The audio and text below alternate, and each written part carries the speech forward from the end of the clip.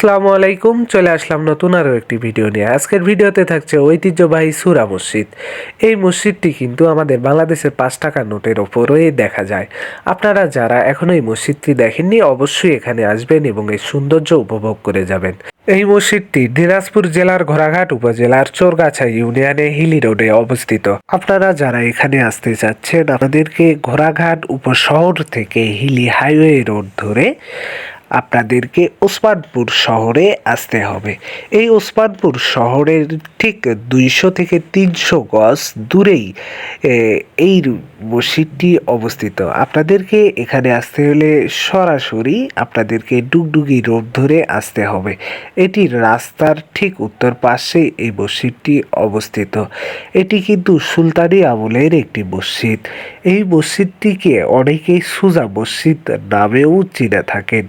এই সুজা মসজিদটি নামকরণ হওয়ার পিছনে অনেক বড় একটি অবদান এখানে রয়েছে। তৎকালীন যে 1600 শতাব্দীর দিকে এখানে নবাব সুজা-উদ-দৌলা এই এলাকার শাসন আমলকালে এই মসজিদটি নাকি নির্মাণ করা হয়েছে। আবার অনেকেও বলে থাকেন এক রাতের মধ্যে জিনে এই মসজিদটি তৈরি করেছেন।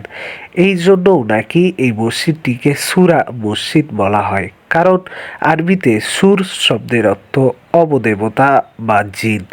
এই জন্য অনেকে এটিকে জিনের মসজিদও বলে থাকেন।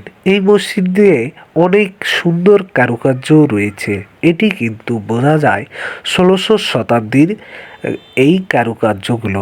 আপনারা যারা ইতিহাসবিদ বা ইতিহাস নিয়ে পড়াশোনা করছেন তারা অবশ্যই এখানে আসলে এর কারুকার্য বা ফলকগুলো দেখলে বুঝতে পারবেন।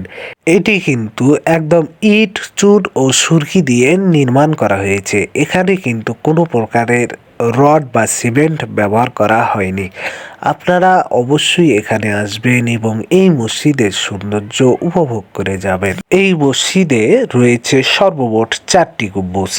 এর 3টি গম্বুজ রয়েছে বারান্দায় এবং একটি সব থেকে বড় গম্বুজ যেটি মসজিদের মেইন বা মিডল পয়েন্টে এই গম্বুজটি রয়েছে এবং মোট 6টি পিলারের উপরে এই মসজিদটি দাঁড়িয়ে আছে। আপনারা যারা ভ্রমণ পিপাসু আছেন তারা অবশ্যই এই মসজিদে আসবেন এবং এই মসজিদের সৌন্দর্য দেখে যাবেন এবং আমাদের এই বাংলাদেশের সৌন্দর্য উপভোগ করে যাবেন। সবারই সুস্বাস্থ্য কামনা করছি।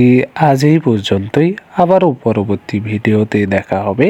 যদি আমার এই ভিডিওগুলো আপনাদের ভালো লেগে থাকে অবশ্যই লাইক কমেন্ট করবেন এবং আমার এই ভিডিওটি শেয়ার করে দেবেন। আপনারা যারা আমার পাশে আছেন অবশ্যই আমিও তাদের পাশে থাকার চেষ্টা করব। আসসালামু আলাইকুম।